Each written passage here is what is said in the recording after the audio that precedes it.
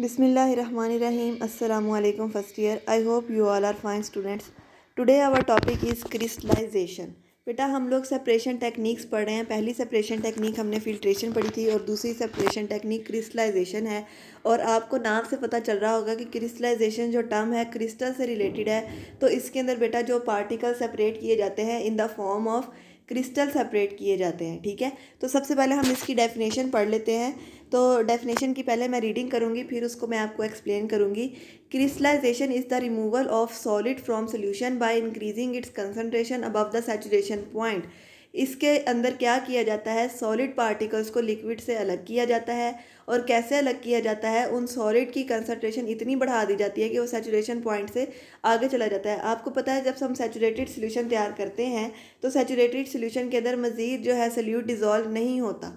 तो क्रिस्टलाइजेशन के अंदर भी ऐसा ही किया जाता है कि इसके अंदर मज़ीद सोल्यूट डिज़ोल्व करके इसको सुपर सैचुरेटेड सोल्यूशन बनाया जाता है। सैचुरेशन पॉइंट से अबव चले जाते हैं हम। इस तरीके से जो एक्सेस सॉलिड होता है वो in the form of crystal separate हो जाता है, क्योंकि वो उसके अंदर डिज़ोल्व नहीं होता, वो in the form of crystal बनना शुरू कर देता है। तो उन क्रिस्टल्स को फिर हम लोग अलग कर लेते हैं। इस तरीके से हम सॉलिड पार्टिकल्स को लिक्विड में से सेपरेट कर सकते हैं। ठीक है, it's a removal of solid from solution by increasing its concentration above saturation point. बेटा क्रिस्टलाइज जब हम लोग केमिकल कंपाउंड्स को प्रिपेयर कर रहे होते हैं तो उसके अंदर क्या होता है, हमारे पास क्रूड प्रोडक्ट आती है। उस क्रूड प्रोडक्ट को हम लोगों ने प्योरीफाई करना होता है। क्रूड प्रोडक्ट मींस ऐसा प्रोडक्ट जिसको भी प्योरीफाई करने की ज़रूरत है। ठीक है, तो उस क्रूड प्रोडक्ट को प्योरीफाई करने के लिए भी हम क्रिस्टलाइजेशन का प्रोसेस यूज़ करते हैं। उसके लिए हम क्या करते हैं कि जो हमारे पास क्रूड प्रोडक्ट है ना, उसके अंदर हमारे पास जो क्रिस्टल हमें चाहिए उसके अलावा कुछ और मटेरियल भी होता है। उस मटेरियल को रिमूव कराने के लिए हम लोग क्रिस्टलाइजेशन का प्रोसेस करवाते हैं। जो मटेरियल हमने रिमूव करवाना है उसके लिए हम सॉल्वेंट यूज़ करते हैं। ऐसा सॉल्वेंट जो उन क्रिस्टल्स के साथ रिएक्ट ना करे बल्कि जो अनरिक्वायर्ड मटेरियल है उनके साथ रिएक्ट करे। तो जब हम उसके अंदर मिक्स करते हैं तो अनरिक्वायर्ड मटेरियल सॉल्वेंट के अंदर डिज़ोल्व हो जाता है और क्रिस्टल्स जो हैं वो हमारे पास सेपरेट हो जाते हैं। ठीक है, तो basic principle is the fact that the solute should be soluble in a suitable solvent.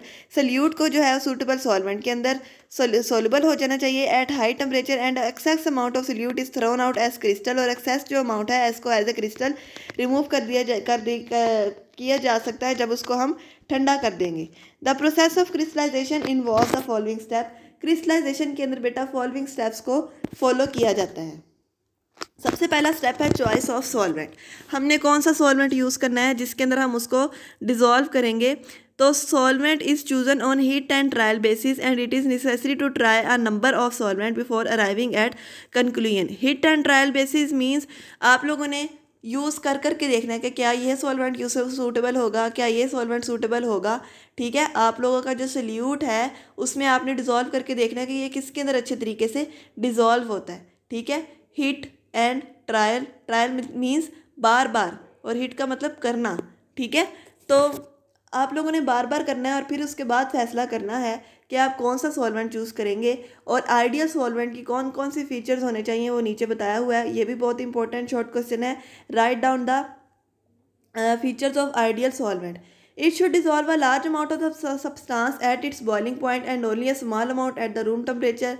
इसको सब्सटेंस की बॉइलिंग पॉइंट पर ज़्यादा अमाउंट डिज़ोल्व करनी चाहिए और कम अमाउंट इसको डिज़ोल्व करनी चाहिए रूम टेम्परेचर पर। It should not react chemically with the solute, वो सोल्यूट के साथ केमिकली रिएक्ट ना करे। It should either not dissolve the impurities और the impurities should not crystallise from it along the solute. इसको इम्प्योरिटीज़ नहीं dissolve करनी चाहिए और सोल्यूट इसमें से अलग, इम्प्योरिटीज़ इसमें से एज ए क्रिस्टल अलग नहीं होनी चाहिए। जब हम इसको ठंडा करते हैं तो इसको well deposited well formed crystal देने चाहिए और इसको इनएक्सपेंसिव होना चाहिए, यानी कि सस्ता होना चाहिए, सेफ़ होना चाहिए और इजीली अवेलेबल होना चाहिए। ये सारी के सारे फीचर्स जो है वो अच्छे सॉल्वेंट के होते हैं। नेक्स्ट है जी सॉल्वेंट जिसको हम मोस्टली यूज़ करते हैं क्रिस्टलाइजेशन के लिए, वो है वाटर रेक्टिफाइड स्पिरिट। इसके अंदर 95% एथेनॉल होती है। Absolute ethanol diethyl ether, acetone, chloroform, carbon tetrachloride, acetic acid, petroleum etcetera. ये भी बेटा शॉर्ट क्वेश्चन है कि जो सॉल्वेंट मोस्टली क्रिस्टलाइजेशन के लिए यूज़ होते हैं उनके नेम लिखें। अगर इनमें से आपके पास क्रिस्टलाइजेशन के लिए कोई भी सूटेबल सॉल्वेंट नहीं है तो फिर 2 या 2 से ज़्यादा सॉल्वेंट्स का आप लोग मिक्सचर तैयार करते हैं और उसको एज ए सॉल्वेंट यूज़ करते हैं। और अगर आपके पास सॉल्वेंट इनफ्लेमेबल हो तो उसके लिए उसको हीट करने के लिए प्रिकॉशंस को फॉलो करना चाहिए और इसको फायर नहीं पकड़नी चाहिए, इस तरीके से इसको यूज़ करना चाहिए। ऐसे केसेस के अंदर जो है वो बाथ यूज़ किया जाता है हीटिंग पर्पसेस के लिए, वाटर बाथ उसे हम बोलते हैं। उसके बाद है प्रिपरेशन। सबसे पहला स्टेप था चॉइस ऑफ सॉल्वेंट। आपने सॉल्वेंट को चूज़ कर लिया, अब उस सॉल्वेंट के अंदर आपने अपने सोल्यूट का सोल्यूशन बनाना है और वो स्टेप है preparation of saturated solution. After selecting a suitable solvent, the substance is then dissolved in a minimum amount of solvent and is heated directly or on a water bath with a constant stirring. Add more solvent to the boiling solution if necessary until all the solute has dissolved. आप लोगों ने उसके अंदर solute डालते जाना है, उसको heat करना है, सॉल्वेंट को लेकर हीट करना है और उसमें सोल्यूट ऐड करते जाना है जब तक वो सैचुरेटेड सोल्यूशन बन नहीं जाता। नेक्स्ट स्टेप है filtration. The insoluble impurities in the saturated solution are then removed by filtering the hot saturated solution. दो insoluble impurities थी वो जो है उसके अंदर डिज़ोल्व नहीं होती और उनको फ्लूटेड फिल्टर पेपर या नॉर्मल फिल्टर पेपर से फ़िल्टर कर लिया जाता है। इससे क्या होगा, प्री मेच्योर क्रिस्टलाइजेशन नहीं होगी और सोल्यूट जो है वो फिल्टर पेपर के फनल के अंदर नहीं, सोल्यूट जो है वो उसके अंदर नहीं रुकेगा और अगर ज़रूरत पड़े आपको तो फिर हॉट वाटर जो है फनल में से गुजार दिया जाता है इस मकसद के लिए। Next step is cooling. अब आपके पास बेटा बेसिकली होता क्या है, जब हम उसका सैचुरेटेड सोल्यूशन बनाते हैं ना, वो इतना ज़्यादा सैचुरेटेड फॉर्म के अंदर वो सिर्फ तब रहेगा जब उसका टेम्परेचर हाई है। ठीक है, जैसे जैसे उसका टेम्परेचर कम होता जाएगा ना वो क्रिस्टल के फॉर्म में आना शुरू कर देगा। ठीक है ना, आपने सोल्यूट लिया, उसको सॉल्वेंट के अंदर मिक्स किया, उसकी आपने ज़्यादा सारी अमाउंट डाल दी है, उसको आपने गर्म किया, गर्म करके आपने सोल्यूट डालना स्टार्ट किया था। ठीक है, जब तक वो गर्म रहेगा वो मोल्टन फॉर्म के अंदर होगा, वो उसके अंदर मिक्स रहेगा, लेकिन जैसे जैसे उसका टेम्परेचर लो हो जाएगा, वो ठंडा होना शुरू होगा, वो क्रिस्टल के अंदर चेंज होना शुरू हो जाएगा। ठीक है, तो आप लोग गरम गरम सोल्यूशन को फिल्टर करते हैं, अगर वो ठंडा हो जाता है तो फिर वो स्टेम के अंदर या फनल के अंदर क्रिस्टल बनना शुरू हो जाते हैं। इसलिए आपने गरम गरम को फिल्टर कर लेना है ताकि उसके अंदर ना बने। अब क्या हुआ, हमने फ़िल्टर कर लिया, नीचे फिल्ट्रेट आ गया हमारे पास, उसमें से इम्प्योरिटीज़ ख़त्म हो गई।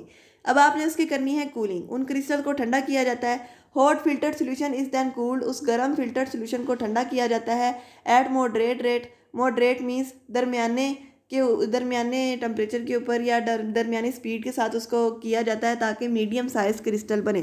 ठीक है, स्लो कूलिंग से क्या कहते हैं, बिगर क्रिस्टल बन जाते हैं जिसके अंदर अमाउंट ऑफ सॉल्वेंट भी होती है और इम्प्योरिटीज़ भी आ सकती हैं।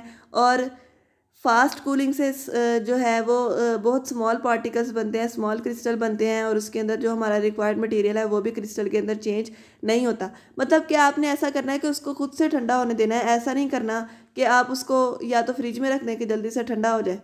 ठीक है, या फिर उसको आप आहिस्ता आहिस्ता ठंडा करें कि मतलब उसको आप इतना टेम्परेचर कम ना करें, आहिस्ता आहिस्ता उसका टेम्परेचर कम करें, तो उन दोनों से ही सही साइज़ के पार्टिकल नहीं बनेंगे।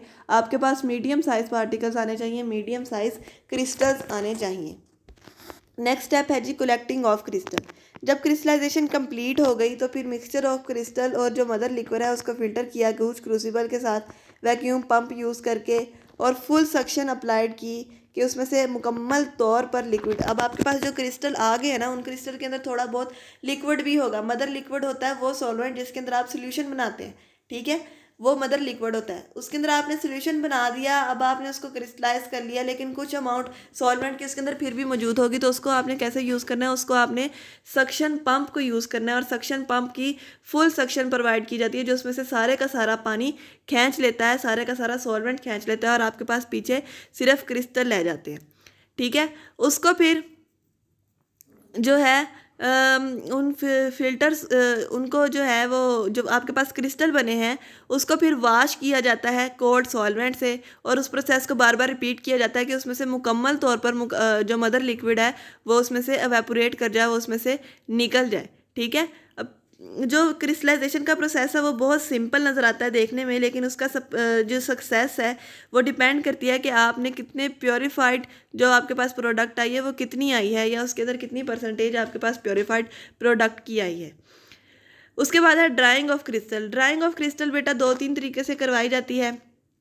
सबसे पहला तरीका ये होता है कि आपके पास जो क्रिस्टल आए हैं उनको आप फिल्टर पेपर को डबल कर लें और उसके दरमियान में क्रिस्टल्स को रख के उसको प्रेस करें, तो फिल्टर पेपर उसमें से नमी को अब्जॉर्ब कर लेता है।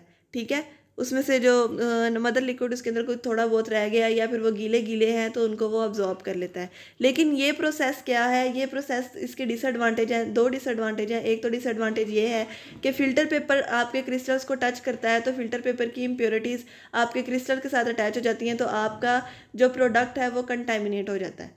दूसरा डिसएडवांटेज ये है कि जब आप उसको फ़िल्टर पेपर के दरमियान में प्रेस करते हैं तो आपके क्रिस्टल क्रश हो जाते हैं, बहुत बारीक हो जाते हैं कि उनकी हैंडलिंग बहुत मुश्किल हो जाती है। ठीक है, उसके बाद सेकंड मेथड है ड्राइंग का कि उसको ओवन के अंदर रख दिया जाए, और ओवन का टेम्परेचर इतना आपने सेट करना है, मतलब कि ऐसा ना हो कि आप इतना ज़्यादा सेट कर दें कि वो क्रिस्टल्स दोबारा से पिघल जाए। ठीक है, आपने इतना सेट करना है कि उसमें से सिर्फ जो लिक्विड है वो उसमें से वेपोरेट करे और वो ड्राई हो जाए।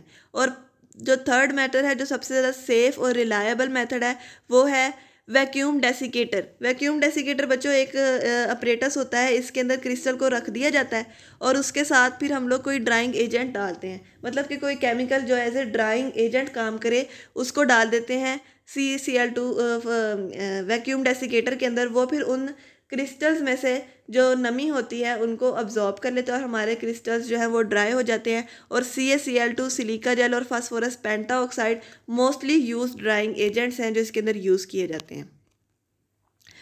नेक्स्ट है डीकलराइजेशन ऑफ अनडिजायर्ड कलर्स। अगर आप लोगों ने कोई ऐसी चीज़ यूज़ की है जिसके अंदर आप के प्रोडक्ट के अंदर कलर्स आ रहे हैं, तो उन कलर्स को कैसे रिमूव किया जा सकता है। उनको हम लोग डिफरेंट कलर रिमूविंग जो है वो सब्सटेंस यूज़ करके किया जा सकता है, जैसा कि हम एनिमल चारकोल को यूज़ कर सकते हैं। क्या किया जाता है कि एनिमल चारकोल को और उस सब्सटेंस को बॉयल किया जाता है